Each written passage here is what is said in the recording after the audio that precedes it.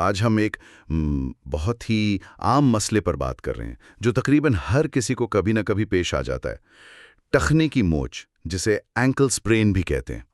اکثر لوگ اسے بڑا معمولی سا سمجھتے ہیں، لیکن کیا یہ واقعی معمولی ہے؟ ہمارے پاس تربت سے کنسلٹنٹ فزیوتھراپسٹ ڈاکٹر یعقوب بلوچ ان کی دی ہوئی کچھ معلومات ہیں، تو آج ہم اسی کی بنیاد پر سمجھنے کی کوشش کریں گے کہ بھئی یہ چوٹ ہے کیا، اس سے جڑی غلط فہمیاں کیا ہیں اور صحیح علاج کیا ہونا چاہیے۔ آئیے ذرا اس کو تفصیل سے دیکھتے ہیں۔ جی بالکل، یہ موضوع اہم اس لیے ہے کہ ٹخنے کی موچ جسے اکثر لوگ نظر انداز کر دیتے ہیں نا، وہ آگے چل کر لمبے عرصے کے مسائل پیدا کر سکتی ہے۔ یہ صرف ایک وقتی درد نہیں ہوتا۔ اچھا، تو شروع یہیں سے کرتے ہیں کہ یہ ٹخنے کی موچ آخر یہ ہے کیا؟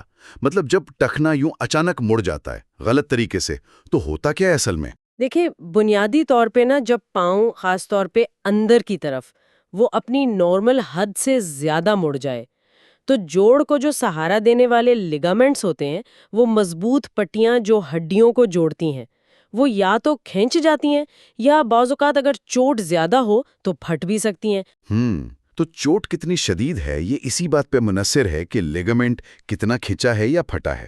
اور آپ نے شروع میں کہا کہ اسے نظر انداز کرنا خطرناک ہو سکتا ہے۔ کس طرح کے خطرات؟ کیا ہو سکتا ہے اگر صحیح دھیان نہ دیا جائے؟ جی دیکھیں، تحقیق بتاتی ہے کہ اگر مناسب علاج نہ ہو اور بحالی کا عمل پورا نہ کیا جائے تو تقریباً 40% ٹخنے کی موچیں وہ دائمی عدم استحکام یا کرونک انسٹیبلٹی کا باعث بن سکتی ہیں۔ 40%؟ جی ہاں، اس کا مطلب یہ ہے کہ ٹخنا بار بار مڑنے لگتا ہے، ہلکا ہلکا درد مسلسل رہ سکتا ہے اور دوبارہ چوٹ لگنے کا خطرہ وہ بہت بڑھ جاتا ہے۔ جسے ہم معمولی سمجھ رہے ہوتے ہیں وہ مستقل کمزوری بن جاتی ہے۔ 40% تو بہت زیادہ ہے۔ اچھا، اور علاج کے حوالے سے کچھ روایتی طریقے بھی ہیں جن کا ڈاکٹر بلوچ نے ذکر کیا کہ ان سے بچنا چاہیے، وہ کیا ہیں؟ بالکل، اور یہ واقعی تشویش کی بات ہے۔ کچھ علاقوں میں لوگ چوٹ والی جگہ کو وہ گرم سلاخ سے داغ دیتے ہیں یا گرم لوہے سے سینکتے ہیں۔ اوہ! کچھ لوگ کسی بھی غیر تربیت یافتہ اناڑی بندے سے مالش کروانا شروع کر دیتے ہیں۔ یہ طریقے نہ صرف یہ کہ کسی کام کے نہیں، بلکہ یہ خطرناک بھی ہیں۔ یہ جلد جلا سکتے ہیں، انفیکشن ہو سکتا ہے، اور جو لیگامنٹس پہلے ہی کمزور ہیں ان کو مزید نقصان پہنچ سکتا ہے۔ صورتحال بہتر ہونے کے بجائے بگڑ جاتی ہے۔ یہ جاننا تو بہت ہی ضروری ہے کہ مدد کے بجائے الٹا نقصان ہو رہا ہے۔ تو اگر یہ طریقے غلط ہیں تو پھر جیسے ہی چوٹ لگے فوراً کیا کرنا چاہیے؟ صحیح قدم کیا ہے؟ فوری اور جو سب سے مؤثر ابتدائی طبی امداد ہے نا، اس کے لیے RIC پروٹوکول ہے۔ RIC یہ ایک مخفف ہے۔ RIC؟ اچھا جی، آر کا مطلب ہے ریسٹ، یعنی آرام۔ متاثرہ پاؤں پہ بالکل وزن نہیں ڈالنا، مکمل آرام دینا ہے، چلنے پھرنے سے بچنا ہے۔ آئی کا مطلب ہے آئس، یعنی برف۔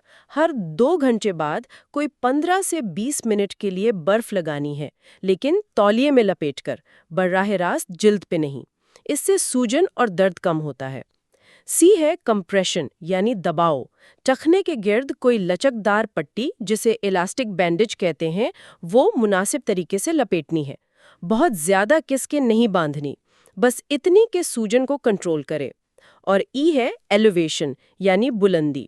جب بھی ممکن ہو بیٹھتے یا لیٹتے وقت ٹخنے کو دل کی سطح سے اونچا رکھنا ہے، تکیے وغیرہ رکھ کر۔ اس سے سوجن کم کرنے میں مدد ملتی ہے۔ ٹھیک ہے، تو یہ ہو گیا RICE، آرام، برف، پٹی اور بلندی۔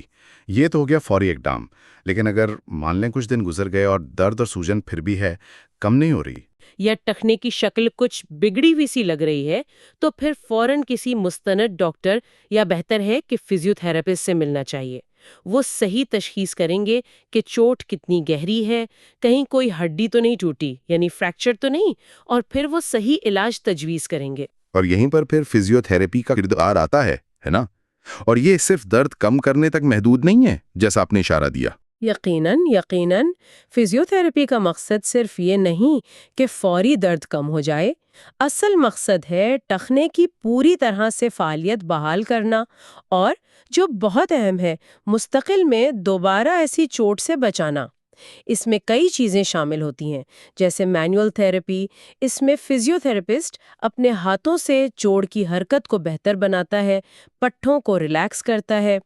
پھر ہوتی ہیں تھراپیوٹک ایکسرسائزز، یعنی خاص ورزشیں جو ٹخنے کے آس پاس کے پٹھوں کو مضبوط کرتی ہیں، جوڑ کو استحکام دیتی ہیں، لچک بہتر کرتی ہیں۔ اور ایک بہت اہم چیز ہے بیلنس ٹریننگ یا پروپیوسیپشن۔ اس سے نا جسم کو اپنے جوڑ کی پوزیشن کا احساس بہتر ہوتا ہے، توازن اچھا ہوتا ہے، جس سے دوبارہ گرنے یا ٹخنا موڑنے کا خطرہ کم ہو جاتا ہے۔ اچھا، تو یہ صرف علاج نہیں ہوا، یہ تو ایک طرح سے ٹخنے کو مستقبل کے لیے تیار کرنا بھی ہو گیا۔ یہ بات واقعی اہم ہے کہ فزیو تھراپی صرف درد نہیں مٹاتی بلکہ لمبی مدت کے لیے حفاظت بھی دیتی ہے۔ بالکل صحیح، مقصد مکمل بحالی ہے تاکہ انسان اپنی روزمرہ کی زندگی، اپنی سرگرمیاں، یہاں تک کہ کھیل کود میں بھی بغیر کسی تکلیف یا دوبارہ چوٹ لگنے کے ڈر کے واپس جا سکے۔ ٹھیک ہے، تو اگر ہم آج کی ساری گفتگو کا خلاصہ نکالیں تو لبے لباب یہ ہے کہ ٹخنے کی موچ کو ہلکا نہ سمجھیں۔ جو نقصان دہ روایتی طریقے ہیں جیسے داغنا یا غلط قسم کی مالش، ان سے بالکل بچیں۔ چوٹ لگتے ہی فوراً RIC یعنی آرام، برف، پٹی اور بلندی اس پر عمل کریں۔ اور اگر مسئلہ ٹھیک نہ ہو رہا ہو یا زیادہ شدید لگے تو مکمل بحالی اور مستقبل میں بچاؤ کے لیے کسی مستند فزیو تھراپسٹ سے ضرور علاج کروائیں۔ جی، اور آخر میں ایک سوچنے کی بات چھوڑ جاتے ہیں سب کے لیے۔ جس طرح ٹخنے کی موچ کو اکثر معمولی سمجھ کر نظر انداز کر دیا جاتا ہے، اسی طرح ہماری روزمرہ زندگی میں اور کون سی ایسی چھوٹی موٹی جسمانی تکلیفیں ہو سکتی ہیں جنہیں ہم اہمیت نہیں دیتے ہیں، جبکہ شاید ان کے لیے بھی روایتی اور ممکنہ طور پر نقصان دہ ٹوٹکوں کے بجائے بروقت کسی ماہر سے مشورہ کرنا اور مناسب علاج کروانا زیادہ فائدہ مند ہو سکتا ہے۔ صحت کے معاملے میں باخبر رہنا بہت ضروری ہے۔